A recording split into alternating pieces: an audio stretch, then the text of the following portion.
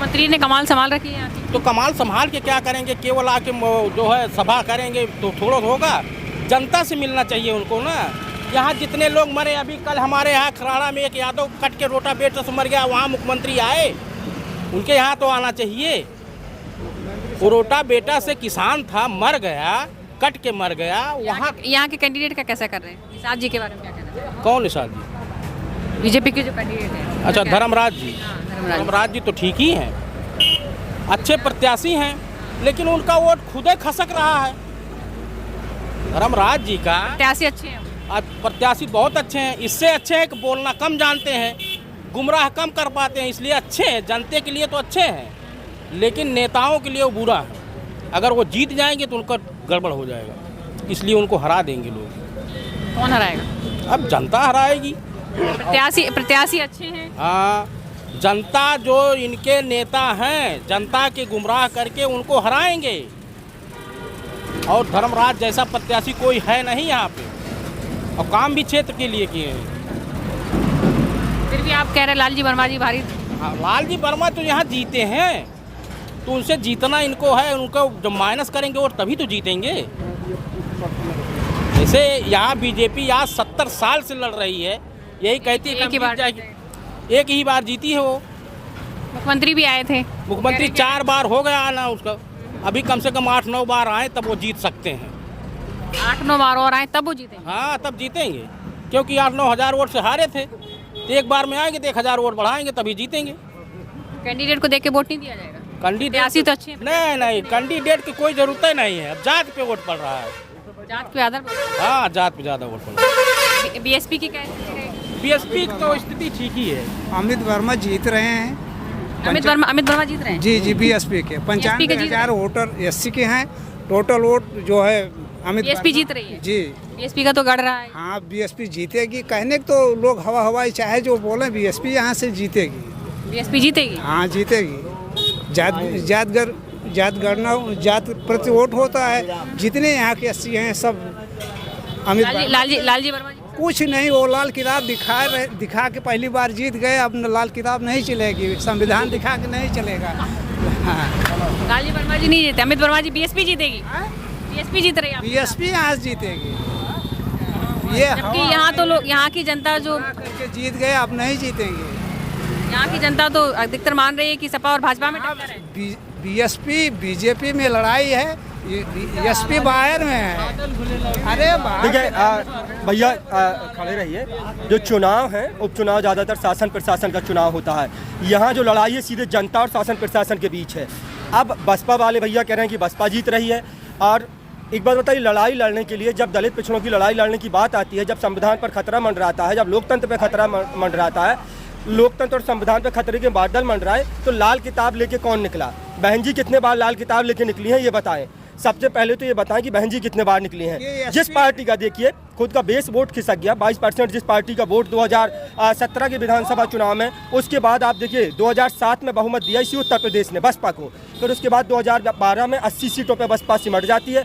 उसके बाद 2017 में इनके पास सीटें 19 कुछ बचती हैं। और अभी देखिए खाता नहीं खुला था। अब इस बार क्या लग रहा है, बसपा का वोट बैंक कुछ बटेगा? देखिए बसपा जो जाएगा, बसपा जितना वोट है बसपा लेकर के जाएगी। लेकिन यहाँ पर समाजवादी पार्टी और भाजपा के बीच लड़ाई है। समाजवादी और भाजपा के बीच पिछली बार भी लड़ाई हुई थी 2022 के विधानसभा चुनाव की। अगर आप नतीजों पर नज़र डालेंगे तो पूरा चुनाव जो है सपा और भाजपा के बीच था। हर जगह लड़ाई सपा और भाजपा के बीच है, लेकिन अब जनता और प्रशासन के बीच है, क्योंकि चुनाव प्रशासन लड़ रहा है। आप देखिए सारे प्रशासनिक अधिकारी जो भाजपा का प्रचार कर रहे हैं, हमने तमाम जगह जो है चुनाव देखे हैं, उपचुनाव में किस तरह से जो है सत्ता का जो है नंगा नाच देखा है।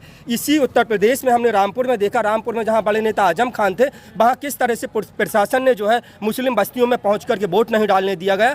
तो इस तरह से अब बताइए, मुख्यमंत्री, प्रदेश के मुख्यमंत्री योगी आदित्यनाथ, एक तरफ नारा दिया जाता है सबका साथ सबका विकास और सबका विश्वास का, अब नारा दे रहे हैं कटेंगे तो बटेंगे। अब बताइए, आप जब सबका साथ सबका विकास और विश्वास का नारा देते हैं, कि कटने और बटने वाला नारा कहाँ से आया? लेकिन वहीं सपा जो नारा दे रही है वो करेगी जुड़ेंगे तो जीतेंगे।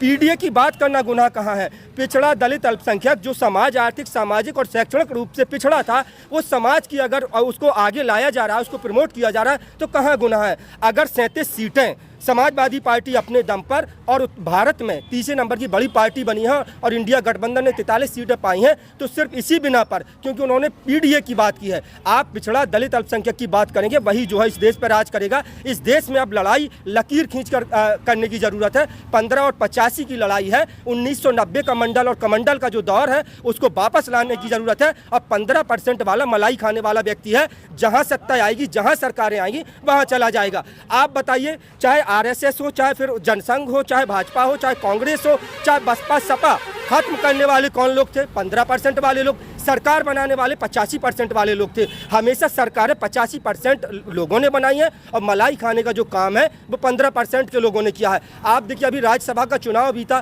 किस तरह से क्रॉस वोटिंग करने वाले लोगों को आप चिन्हित कर लीजिए कौन लोग थे। इस देश में अगर दलित पिछड़ा और जो अल्पसंख्यक अगर बढ़ता है तो उसको तमाम चोरों में, छोटी छोटी सी चोरी के केसों में उनको जेल डाला जाता है। मुलायम सिंह यादव को इसी देश में मुल्ला मुलायम कहा जाता है। समाजवादी पार्टी को नमाजवादी पार्टी कहा जाता है। इसी देश में सूबे की 4 बार की बड़ी मुख्यमंत्री, दलितों की बड़ी नेता मायावती के बारे में कितना नगल बोला जाता है। और बोलने वाले कौन लोग होते हैं? लालू प्रसाद यादव को चारा चोर कह दिया जाता है। पता है लालू प्रसाद यादव चारा चुराएंगे, या अखिलेश को कहा जाता है टोंटी चुरा ली।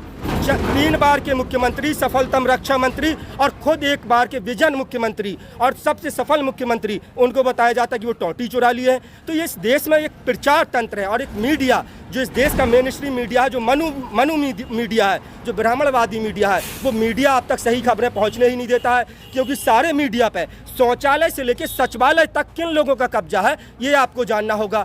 15% आबादी, लेकिन हर जगह वो लोग हैं। आप बताइए, जिस न्यायपालिका की बात करते हैं, जिस कार्यपालिका, विधायिका, पत्रकारिता, चारों जगह तो कब्जा उनका है। डेमोक्रेसी के सारे पिलर जो हैं वो खोखले और धराशायी हो रहे हैं और सारी जगह कब्जा उनका है। तो लड़ाई जो है ये तो यहाँ बीएसपी का गढ़ माना जाता है। जातीय समीकरण के हिसाब से यहाँ चुनाव होता है।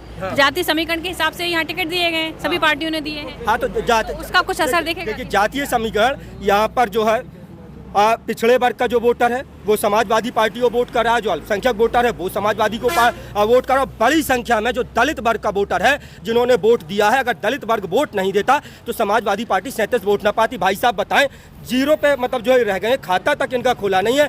1 सीट जो विधानसभा में जीते थे, रसड़ा वाली जो उमाशंकर संविधान पर खतरा होता है, समाजवादी कांग्रेस ये दोनों नहीं बोलती है, बीएसपी, बल्कि संविधान पर खतरा होता है तो बीएसपी कब बोले हैं? और इसके बाद बीएसपी कब बोली है?